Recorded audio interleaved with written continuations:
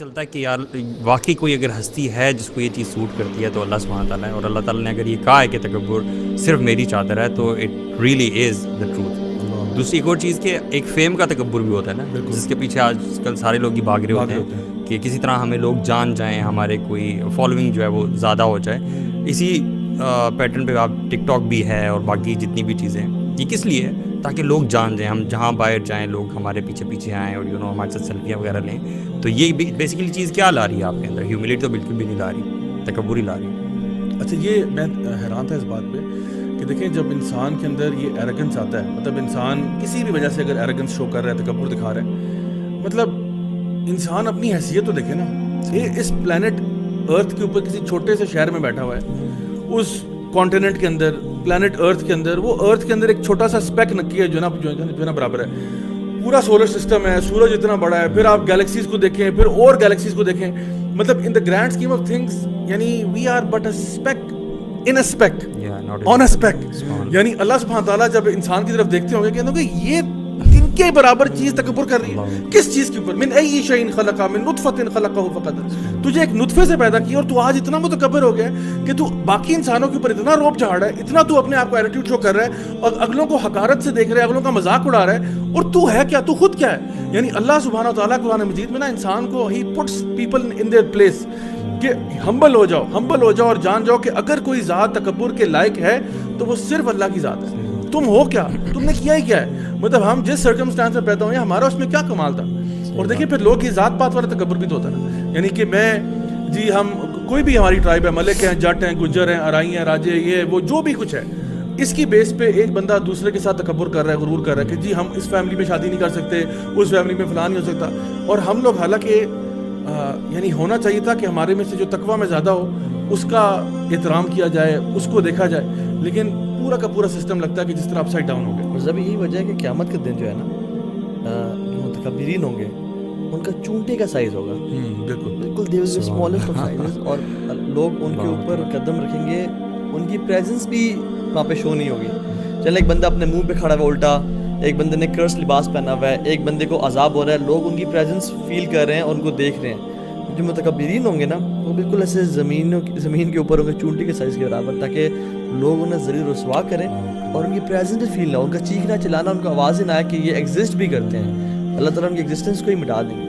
اور بات یہ ہے کہ اصل میں نا جب اسلام سے انسان دور ہوتا ہے نا، پھر ہر مسئلہ، پھر تکبر کا مسئلہ، پھر انا کا مسئلہ اس میں آ جاتا ہے۔ اور اسی لیے تو جو قیامت کا دن ہوگا نا وہ فرق تفریق کرنے والا ہوگا، یہ یوم الفاروق ہے۔ ایون قرآن میں آیت بھی ہے نا کہ جو تکبر کرتے ہیں اللہ تعالیٰ کی آیات سے، اللہ تعالیٰ ان سے وہ ہدایت دور لے جاتے ہیں۔ تو یہ ٹو وے اراؤنڈ ہے۔ اچھا، ایک بڑی مطلب مسٹیریس سی حدیث ہے، مسٹیریس اس لیے کہہ رہا ہوں کیونکہ بخاری اور مسلم دونوں میں آئی ہے، جہاں پہ ذکر ہوتا ہے کہ ایک شخص تھا جو کہ تکبر کے محنت زمین پہ چل رہا تھا، اور اس کا جو گارمنٹ تھا وہ اس کے پیچھے ٹریل کر رہا تھا، جس طرح وہ پرانے وقتوں میں بادشاہوں کا ہوتا تھا۔ تو وہ تکبر سے صرف چل رہا تھا، ٹھیک ہے، مطلب بال اس کے بنے ہوئے تھے، کپڑا اس لباس اس کا پیچھے اس کے چل رہا تھا، اور وہ تکبر سے چل رہا تھا۔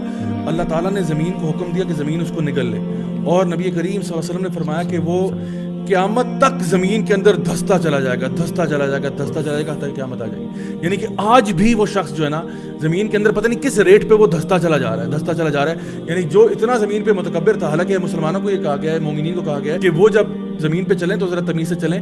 تو بعض علماء سے جب میں نے یہ حدیث ڈسکس کی تو انہوں نے مجھے کہا کہ یہ پھر آپ کے نا آج آپ کی ڈرائیونگ پہ بھی اپلائی کرتا ہے، how do you drive on the road. مطلب آپ دیکھیں کہ جس طرح آپ نے شروع میں اگزامپل دی تھی کہ کچھ لوگ ہوتے ہیں وہ اپنی گاڑی چلا رہے ہیں تو ہر کسی کو حقیر سمجھ رہتا ہے، چلو ہٹو آگے سے، نکلو آگے سے، سائڈ پہ ہو جاؤ، میں آ رہا ہوں، میرے باپ کی سڑک ہے۔ یعنی ہر بندے کا ایٹیٹیوڈ اس طرح ہوتا ہے نا، تو وہ اس قسم کا رویہ جو ہے، تو یعنی ایک بندے کی تو مثال دی جا چکی ہے کہ اس کو زمین کھا گئی اور وہ قیامت تک زمین کے اندر دھستا چلا جائے گا۔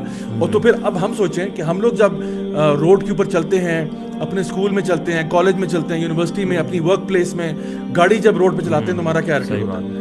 یعنی ہم لوگ ہر کسی کو آگے پیچھے کر رہے ہوتے ہیں، اور یہ خاص طور پہ رمضان کے مہینے میں دیکھا کہ ہر بندہ جو ہے نا اپنا برتھ رائٹ سمجھ رہا ہوتا ہے کہ چونکہ میں نے روزہ رکھا ہوا ہے، میں نے پوری ملک اور قوم پہ احسان کیا ہوا ہے، اس لیے ہر بندہ سائڈ پہ ہو جائے، مجھے راستہ دیا جائے۔ بس یہ تو یوزول پریکٹس ہے، میں سمجھتا ہوں ہم سبھی لوگ ڈرائیو کرتے ہیں، دیکھتے ہی ہیں کہ اگر کسی جگہ پہ ہم جا رہے ہیں، کوئی راستہ اگر ہم سے مانگے تو ہم کبھی مطلب ہماری یوزول پریکٹس یہ ہے کہ ہم راستہ نہیں دیتے اس کو، مطلب we are on our way, hmm we won't mind anyone, you know. Allah کی حدیث ہے جو کہ اگر کوئی شخص کسی انسان کو معاف کرتا ہے نا اللہ سبحانہ وتعالیٰ اسے آنر میں ریز کرتے ہیں, اور جو شخص ہیوملٹی اور ہمبلنس اختیار کرتا ہے اللہ سبحانہ وتعالیٰ اس کے درجات بلند کر دیتے ہیں. ہمیں یہ چیز سمجھ نہیں آتی نا, ہمیں یقین نہیں ہے اس بات کا. اگر میں ہمبل ہوں گا تو میرا رب مجھے قیامت کے دن بڑا, بلکہ دنیا میں بھی بڑا درجہ عطا کریں گے. اب دیکھیں نا, جنہوں نے آج تک تکبر کیا, اگر چلو دین چھوڑ دو یار, آپ ان لوگوں کو دیکھ لو جنہوں نے آج تک تکبر کیا, ان کا حال کیا ہوا. قارون کو دیکھ لیں, فرعون کو دیکھ لیں, کہتا انا ربکم الاعلی, ٹھیک ہے, اس کی جو ممی آج تک پڑی ہوئی ہے اور لوگوں کے لیے عبرت کا نشان ہے. اور نبی علیہ السلام کو دیکھ لیں, سلیمان علیہ السلام کو دیکھ لیں, جنہوں نے نعمتوں کو دیکھ کے اپنے مال, اب سلیمان علیہ السلام کو دیکھ لیں کہ جب انہوں نے دیکھے ہوائیں اور گھوڑے اور سب کچھ ان کے تابع ہیں تو کہا ھذا من فضل ربی, تاکہ مجھے لیبلونی اشکر و مکفر, تاکہ مجھے ٹیسٹ کرے کہ میں شکر کرتا ہوں یا کفر کرتا ہوں. ومن شکر فانما یشکر لنفسہ, جس نے شکر کیا وہ اپنے نفس کے لیے شکر کیا. اور ہمیں یہ بتایا گیا کہ جب بھی تم کوئی نعمت دیکھو نا اپنے اوپر, فار ایگزامپل اینی, چاہے انٹلیکچوئل نعمت ہے, چاہے فزیکل میٹیریل نعمت ہے, فوراً سے اللہ کا شکر ادا کرو. لئن شکرتم لازیدنکم. سجدے میں گر جاتا ہے لیکن صلی اللہ علیہ وسلم اپنی, یہ ہم سجدہ سب سے ہمبل سچویشن ہے, گر جاتا اور کہتے ہیں الحمدللہ الذی بنعمتہ تتم الصالحات, یا اللہ تیرا شکر ہے تو نے مجھے عطا کیا ہے. اور ہر چیز کو نا اللہ کی طرف ریفر کیا کہ یا اللہ تو ہی ہے, میں کچھ نہیں ہوں. اس لیے تو یہ جو ورڈ ہے نا لا حول ولا قوت الا باللہ, یہ جنت خزانہ ہے کہ آئی ایم نتھنگ, یا اللہ ساری آپ چیزیں اللہ کی طرف ایٹریبیوٹ کر رہے ہیں کہ اللہ تعالیٰ کے پاس ہے. لیکن اس کا اپوزٹ ٹرینڈ ہماری سوسائٹی میں سیلف میڈ کے نام سے, کہ آپ نے ساری زندگی محنت کی ہے, آپ نے اپنے آپ کو اس مقام تک پہنچایا ہے, آپ کی محنت بیچ میں آ جاتی ہے نا کہ میں ہوں, میں نے کیا, یہ اللہ تعالیٰ کو نکال دے کویشچن. اور لوگوں کو بتایا جاتا ہے کہ واک لائک لارڈز آن ارتھ. جی, آپ کو پتہ ہے ہمارے کچھ اداروں میں بھی یہ کہا جاتا ہے کہ you have to walk like lords, you have to behave that, Allah معاف کرے, یور لارڈز آن ارتھ, اللہ معاف کرے.